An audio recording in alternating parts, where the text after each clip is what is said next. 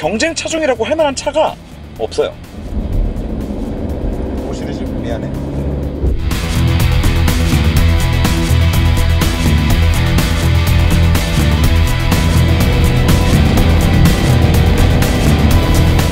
여러분 안녕하십니까. 대단히 반갑습니다. 윤성로입니다. 6GT를 드디어 여러분들께 제가 소개를 드리게 됐습니다. 굉장히 영광으로 생각합니다. 차주분 두 분, 620D 그리고 630i 이렇게 각각 캡처해 주신 차주분들 정말 너무나 감사드립니다. 자, 제가 지금 타고 있는 차량은 BMW 620D 6시리즈 그랑쿠페 20D 후륜 모델이에요. 결론부터 말씀드리자면 이 BMW 6시리즈는 5시리즈의 뚜껑을 조금 부풀려 놓은 그런 차량이 아닙니다. 일단 사이즈만 보더라도 정확하게 알 수 있는 부분은 길이뿐만 아니라 폭, 높이, 휠베이스까지 모든 수치에 있어서 BMW 5시리즈보다 더 큰 스펙을 가지고 있습니다. 그리고 사이즈 얘기가 나온 김에 이 차량의 뒷자리 얘기를 안 할 수가 없을 텐데요. 가장 중요한 얘기니까 처음에 짚고 넘어가겠습니다.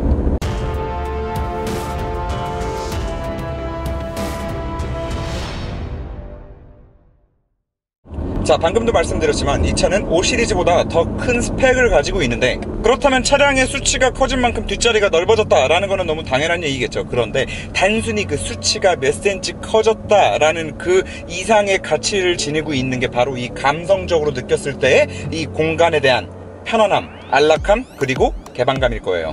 예를 들어 SUV를 타고 다니시는 분들한테 질문을 해요. 아니, 혼자 타고 다니시고 뒷자리에 사람 탈 일도 없고 큰 짐도 안 싣는데 왜 굳이 SUV를 타세요? 라고 질문을 했을 때, 난 SUV처럼 이렇게 높은 시트 포지션을 갖고 있는 차가 좋아. 앉았을 때 시야가 탁 트여서 너무 운전하기가 편안하거든.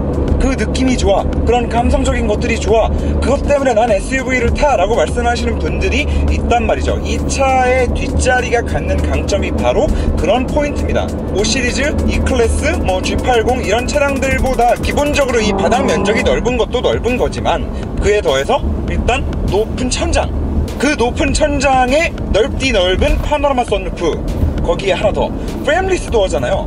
프레임리스 도어의 강점은 단순히 문을 열었을 때 예쁘다 해서 그치지 않아요. 실내에서 차 안에 타있는 승객이 밖을 내다봤을 때 이 위쪽에 1cm 정도 되는 그 공간을 확보해서 더 넓은 시야를 제공해 준다라는 거는 잘 알려지지 않은 프레임리스 도어의 장점 중 하나가 아닐까라고 생각을 합니다. 자, 그러면 뒷자리는 그렇다 치고 하나가 더 있습니다. 트렁크 공간이겠죠.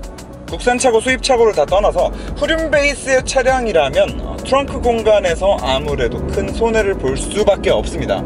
그런데 이 6GT 같은 경우에는 이런 좀 변태스러운 디자인 덕분에 트렁크 공간에서 가장 중요하다고 할 수 있는 그 트렁크 공간의 바닥 면적, 이 바닥 면적은 바닥 면적대로 일반적인 후륜 베이스 세단들에 비해서 넓게 가져가기도 하면서, 거기에 하나 더해서 테일게이트가 열리는 형상 덕분에 뒷자리를 폴딩하고 좀 높은 짐을 실어야 되는 일이 생겼을 때 훨씬 더 짐을 넣기도 수월해진다는 거. 하지만 어쨌든 트렁크 공간에서도 가장 큰 이점을 발휘하는 것은 바로 바닥 면적입니다. 그 높이면에 있어서는 큰 차이가 오히려 또 없어요. 아무튼 이 차량은 BMW 수입 후륜 베이스 차량임에도 불구하고 SUV가 아님에도 불구하고 그런 장점들을 가지고 있습니다.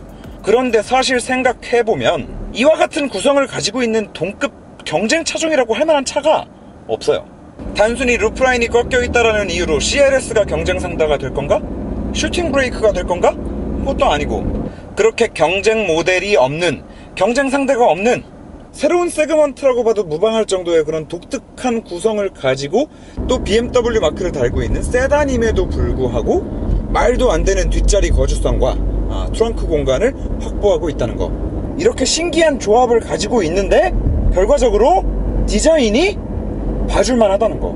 물론 이 차량의 전신인 5GT 차량 같은 경우에는 앞모습은 뭐 그냥 그래. 근데 뒷모습으로 가면 얘는 이게 차가 뭐 이렇게 생겼냐. 물론 5GT 때도 이 5GT를 실제로 타고 다니시는 분들의 얘기를 들어보면 그렇게 만족도가 높은 차가 없다라고들 말씀을 되게 일관되게 하세요. 그렇게 보면 5GT 때도 이런 구성이 실제 오너들, 사용자들한테 굉장히 큰 만족감을 줬다는 거는 사실이지만 그 디자인은 조금 그랬었다. 그런데 지금 6GT 때 와서 이제는 디자인까지도 다 살려냈다. 그게 바로 이 6GT라는 차량의 가장 최대의 매력 포인트가 아닐까라고 생각을 합니다.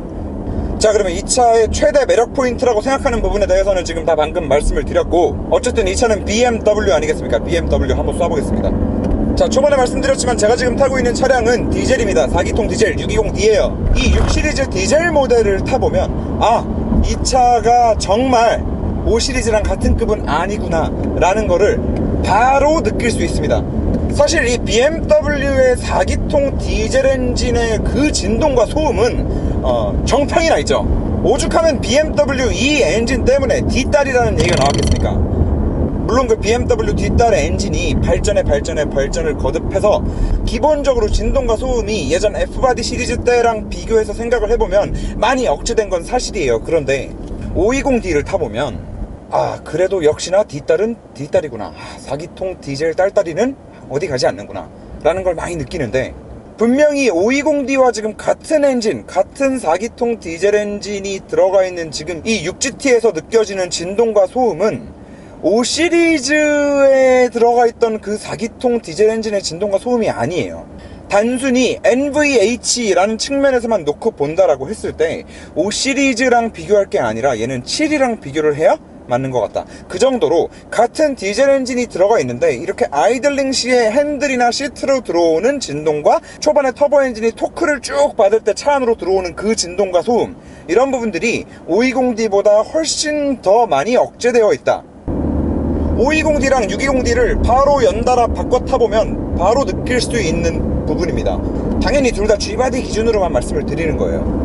그리고 그 디젤 엔진의 소음과 진동 면에 있어서 520D보다 낫다 라고 말씀을 드리면서 동시에 말씀드릴 수 있는 것 중 하나는 마찬가지로 NVH와 관련된 건데, 이렇게 정차해 있을 때 도로의 소음들 있죠. 옆에서 차가 지나가는 소리, 경적 소리, 그리고 차가 달리고 있을 때 노면 소음, 로드 노이즈까지 종합적으로 다 보더라도 확실히 NVH 측면에 있어서 5 시리즈보다 한 단계 그레이드가 높은 차다. 정말 제가 지금까지 타본 BMW 4기통 디젤 모든 차량을 다 통틀어서 가장 잘 억제되어 있습니다. 자, 그러면 뭐 디젤에 대해서는 많이 말씀을 드린 것 같고, 630i 630i는 어떤지 지금 바로 차를 바꿔 타고 630i에 대해서 더 말씀드리면서 이 6 시리즈에 대해서도 좀 계속 말씀을 드려보도록 하겠습니다.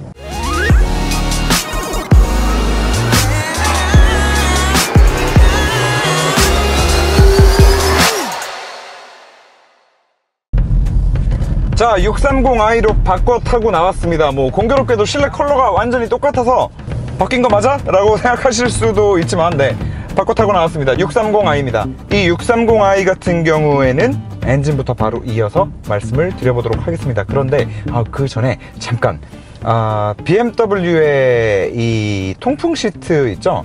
이 BMW의 통풍 시트는 정말 장안동에서 통풍 시트 튜닝을 해줘도 이거보다는 시원할 거야 라는 말이 딱 적당한 굉장히 알맞는 그런 비유인 것 같아요. 정말 모든 자동차 브랜드의 통풍 시트를 통틀어서 가장 이게 튼 거야 만 거야 라고 싶을 정도로 정말 독보적으로 압도적으로 시원하지 않은 그런 통풍 시트를 가지고 있는데, 아니 안 시원하려면 조용히라도 하든가 소리는 더럽게 커요. 또 지금도 소리가 들리시려나요? 아무튼 BMW의 이 통풍 시트는 정말 최악 오브 최악이다. 이 BMW 통풍 시트에 대해서 BMW 통풍 시트는 이 바람이 나오는 게 아니라 빨아 당기는 이런 좀 이렇게 흡입 방식의 통풍 시트이기 때문에 그런 거야 임마, 너 뭣도 모르면서 그렇게 말하지 마 라고 말씀하시는 분들이 있다라고 하면 다시 알아보십시오. BMW 이 흡입식 아닙니다. 인터넷에 좀 잘못된 얘기들이 많이 있는 것 같더라고요. 흡입식 아니고 다른 통풍 시트들과 마찬가지로 시트에서 바람이 나오는 타입입니다.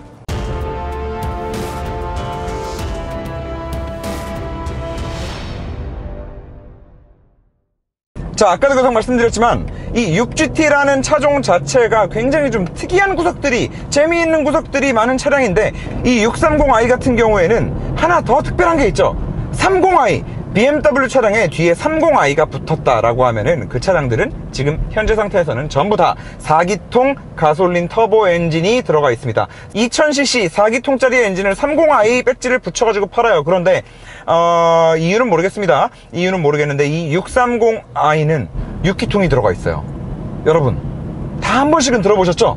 실키6, 인라인 실키6 가솔린 엔진, 그 BMW의 원래 전매 특허거든요. 그렇습니다. 바로 이 차량의 BMW의 전매 특허 실키6 가솔린 엔진이 탑재되어 있는 거죠. 그리고 이 실키6라는 별명이 왜 붙었는지는 BMW의 진결 6기통 가솔린 엔진을 타보면 알 수 있어요. 그리고 이 실키6의 느낌은 단순히 고RPM으로 올라가서 엔진이 굉장히 빠른 속도로 회전하고 있을 때만 느낄 수 있는 것도 아닙니다.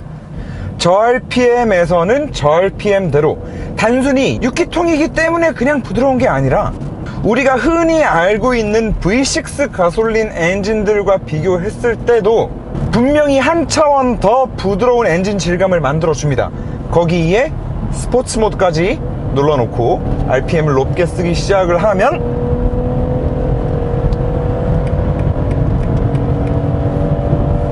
이 실키6 엔진 특유의 살짝 날카로우면서도 정말 너무나 부드러운 느낌, 그리고 이렇게 RPM이 살짝 높게 떠 있는 상태에서 제가속을 할 때도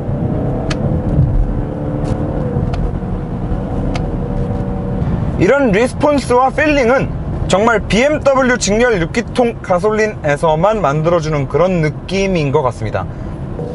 정말 RPM을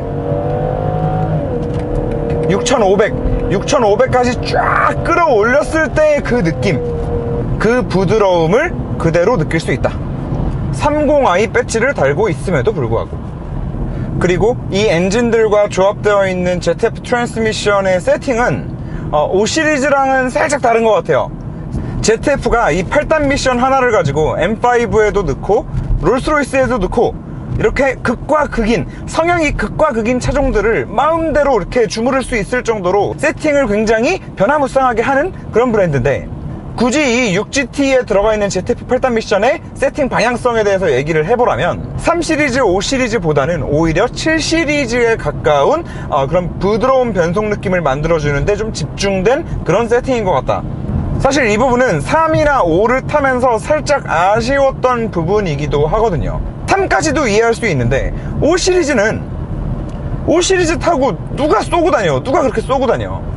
그런 빠른 재미있는 변속감도 물론 좋지만 평상시에 세단으로서의 역할을 하기에는 이런 부드러운 세팅이 훨씬 더 잘 어울리는 세팅이지 않을까라고 생각을 합니다. 그래서 트랜스미션의 세팅 같은 경우도 이 6GT라는 차량의 성향을 생각을 해봤을 때 굉장히 알맞는 세팅인 것 같은데, 지금 이 630i 같은 경우에는 이 실키6 엔진의 부드러움과 더불어서 운전을 하는 내내 진짜 계속 좀 고급스러워요.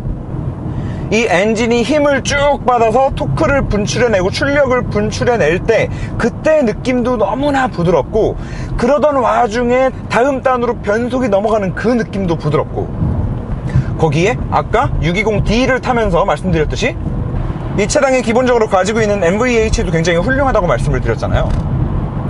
이 모든 것들이 버무려져서 운전하는 사람한테 계속 좀 고급감을 주는데, 여기에 마지막으로 하나가 더 있죠. 바로 서스펜션입니다.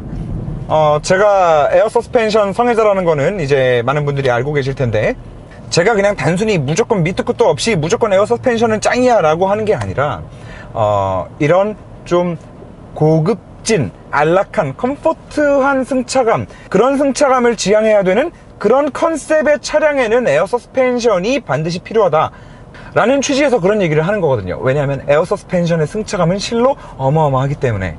그런데 이 6GT가 뒤 서스펜션이 에어 서스펜션이 들어가 있죠. 그래서 방지턱을 넘으면 꼭 에어 서스펜션이 앞뒤로 다 안 들어가더라도, 와 진짜 얘처럼 뒤쪽에라도 이렇게 에어 서스펜션 세팅을 좀 해주면 안 될까? 라는 생각이 끝없이 듭니다. 그리고 이렇게 뒤쪽이라도 에어 서스펜션을 세팅을 하고 앞쪽 서스펜션도 5 시리즈랑 비교했을 때 확 와닿을 수 있을 정도로 좀 소프트한 세팅을 했다라는 건 BMW가 이 6GT가 지향하는 바 6GT의 컨셉을 굉장히 좀 분명히 하고 있다라는 것에 대한 반증이 아닐까라고 생각을 합니다. 결국에 이 승차감 세팅 면에 있어서도 이 차량의 승차감은 MVH 말씀드린 거와 마찬가지로 5 시리즈의 성향이 아니에요. 7 시리즈와 비교를 하는 게 맞습니다. 정말 어떻게 이런 변태 같은 구성을 가지고 나와서 이런 큰 만족감을 줄 수 있는지 모르겠습니다.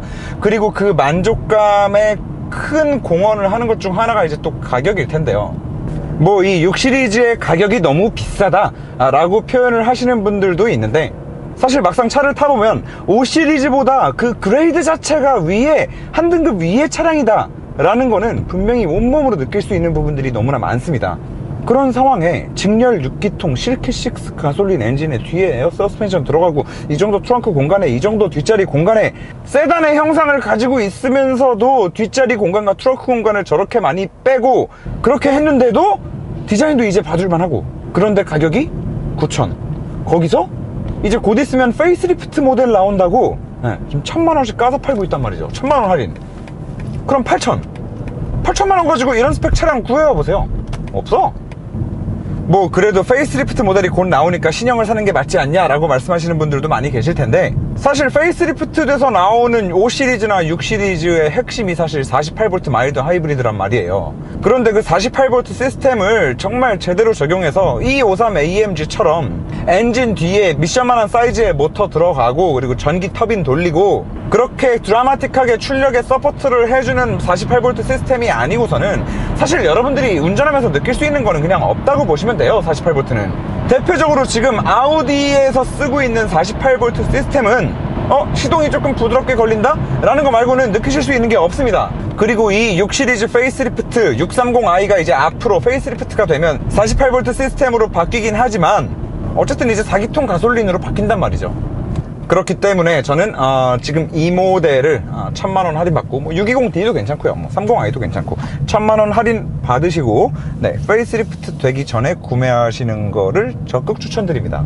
다시 한번 말씀드리지만 이번에 BMW 5, 6 신형들에 적용되어 나오는 48V 마일드 하이브리드 시스템은 그냥 원래 엔진 옆에 있던 제너레이터, 그 제너레이터가 좀 큰 사이즈로 바뀌면서 그 녀석이 에어컨 컴프레셔부터 시작해서 스타트 모터의 역할도 대신 해주고 이 정도의 역할을 해줄 뿐이지 적극적으로 E53 AMG의 그 미친 48V 시스템처럼 운전자한테 그런 어마어마한 느낌을 선사해주는 차량이 아닙니다. 똑같습니다, 그냥.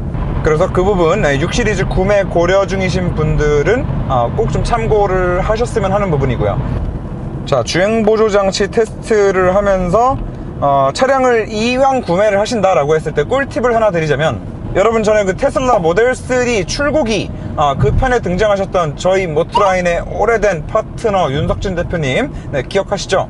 그 윤석진 대표님께서 새로운 비즈니스를 하나 시작을 하셨는데 아직은 앱까지는 안 나왔고 모바일 페이지로 제가 지금 댓글에 링크 걸어 드릴 거예요. 그거 눌러 보시면 들어가실 수 있는데 견적파이터라는 서비스입니다. 좀 어떻게 생각하면 굉장히 좀 건방진 견적 시스템이죠.